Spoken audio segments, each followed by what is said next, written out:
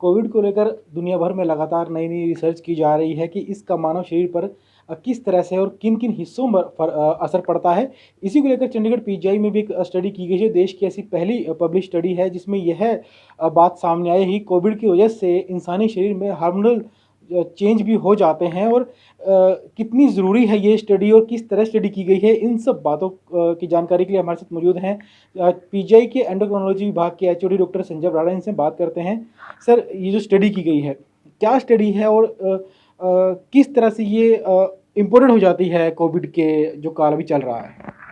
तो ये स्टडी का इम्पोर्टेंस इसलिए कि आपको सबको पता है कि कोविड-19 इन्फेक्शन किया है जो है शरीर के बहुत सारे अंगों को अफेक्ट कर देता है, जिसमें कि आपने सुना ही होगा कि डायबिटीज़ है, ब्लड प्रेशर है और हार्ट डिजीज़ है। ये इन डिजीज़ जिन लोगों को होता है उनका कोविड की वजह से मोर्टेलिटी काफ़ी ज़्यादा होता है।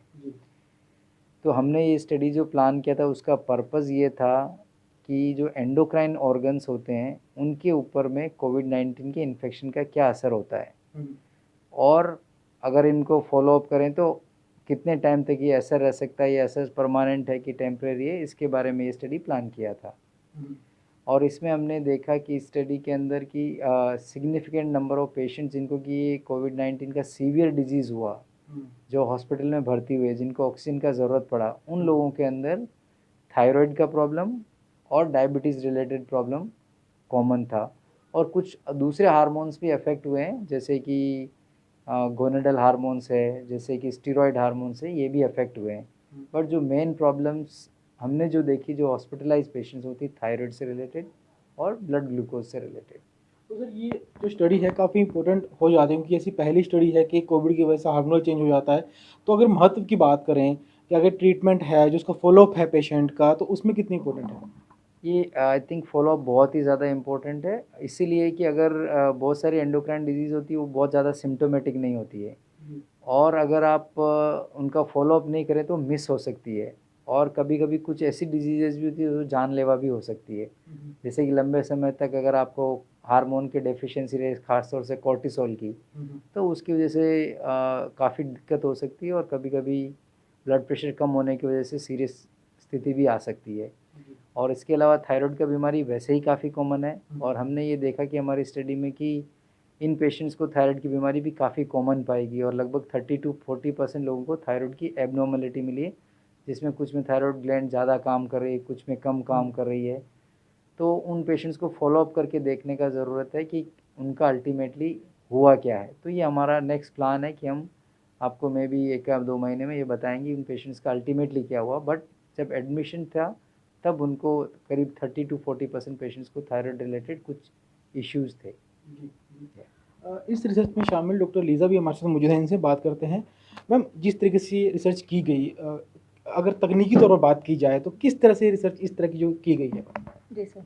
सर, ये ऐसा था, जो सारे कंसेक्यूटिव पेशेंट्स मतलब जो एडमिटेड थे पीजीआई में, जो डेडिकेटेड कोविड केयर सेंटर है पीजीआई में, तो उन पेशेंट्स को लिया गया। उसमें 84 पेशेंट थे। तो इनको सर 2 ग्रुप्स में डिवाइड किया गया, जैसे कि जिनको माइल्ड डिजीज़ था या जिनको सीवियर डिजीज़ था। माइल्ड डिजीज़ मतलब उनकी ऑक्सीजन की मतलब एक्सटर्नल ऑक्सीजन सपोर्ट की ज़रूरत नहीं थी, और उनको और कोई कोमॉर्बिडिटीज़ जो कॉमनली डायबिटीज़, बीपी की प्रॉब्लम, किडनी की प्रॉब्लम, ये सब नहीं था। और जो सीवियर डिजीज़ था उनको या तो ऑक्सीजन की कमी थी, या तो इनको इनमें से कोई क्रॉनिक बीमारी थी, या तो दोनों ही थे।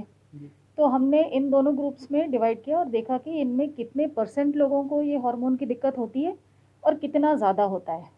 तो हमें मिला जो सीवियर डिजीज़ वाले थे उनमें ये बीमारी ज़्यादा लोगों को भी होती है, और उनमें ये ज़्यादा डिग्री को भी होती है, इन द सेंस ज़्यादा सीवियर होता है। तो जैसा कि सर ने आपको बताया कि इनको उस समय हॉस्पिटलाइजेशन के दौरान तो हमें ये कमियां मिली, बट आगे भी उनको हम देख सकते हैं। तो उनको ये मैसेज है कि वो सारे लोग फॉलोअप में आएँ और अपने hormone test time to time कराएं।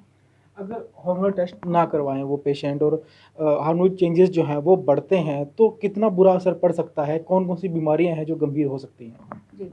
तो इसमें सर जो थायराइड की कमी है, जो थायराइड हार्मोन की डेफिशिएंसीज़ होती हैं, वो अगर बहुत समय तक अनट्रीटेड, अगर उसको सही से ट्रीटमेंट और डायग्नोसिस नहीं होता है, तो उसमें बहुत सारे प्रॉब्लम्स हो सकती हैं। उसमें आगे चल के हार्ट की दिक्कत हो सकती है, शरीर में नमक कम हो सकता है, स्वेलिंग आ सकती है, और फीमेल पेशेंट्स में ऐसे जो मेंस्ट्रुअल एब्नॉर्मैलिटीज़ होते हैं, जैसे पीरियड्स की प्रॉब्लम होती है, वो भी हो सकता है।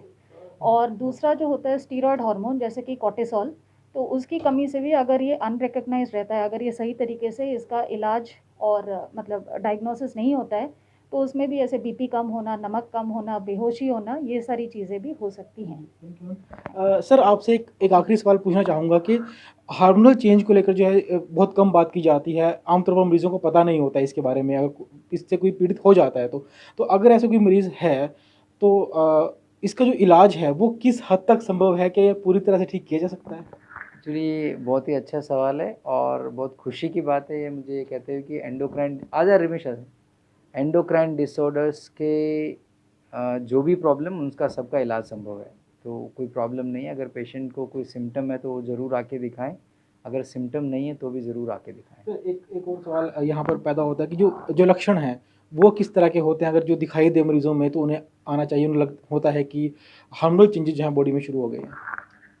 एक तो है कि कोई भी सिम्टम हो, जैसे बहुत सारे लोगों को कोविड के बाद में थकान रहता है, वो थकान जनरली 1 या 2 महीने में ठीक हो जाना चाहिए, पर अगर उनको थकान परसिस्ट कर रही है, अच्छा महसूस नहीं कर रहे हैं, तो इसका मतलब ये हो सकता है उनको एक कॉर्टिसोल हार्मोन है जिसमें नमक कम हो जाता है, उसकी डेफिशिएंसी हो सकती है, या थायराइड उनका ग्लैंड काम नहीं कर रहा है, कम काम कर रहा है, उसकी वजह से प्रॉब्लम आ सकती है।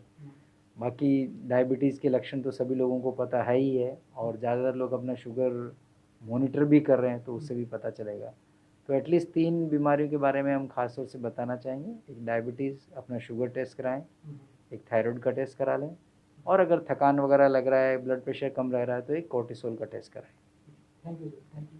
तो ये थे डॉक्टर संजय बराड़, जिन्होंने बताया कि जो रिसर्च की गई है जिसमें सामने आया है कि जो कोविड के पेशेंट हैं उनके अंदर हार्मोनल चेंजेस पाए गए हैं, और इनका कहना है कि कुछ तरह के लक्षण इन्होंने बताए कि अगर पोस्ट कोविड में या उसके बाद अगर कोई इस तरह का लक्षण सामने आता है तो मरीजों को तुरंत डॉक्टर के पास जाना चाहिए, अपने जो हार्मोनल टेस्ट हैं वो करवाने चाहिए। अगर समय रहते पता चल जाता है इस तरह की बीमारियों के बारे में तो इन्हें पूरी तरह से ठीक भी किया जा सकता है, लेकिन अगर लापरवाही बरती जाए तो ये गंभीर परिणाम भी ला सकती हैं। ईटीवी भारत के लिए चंडीगढ़ से विजय राणा।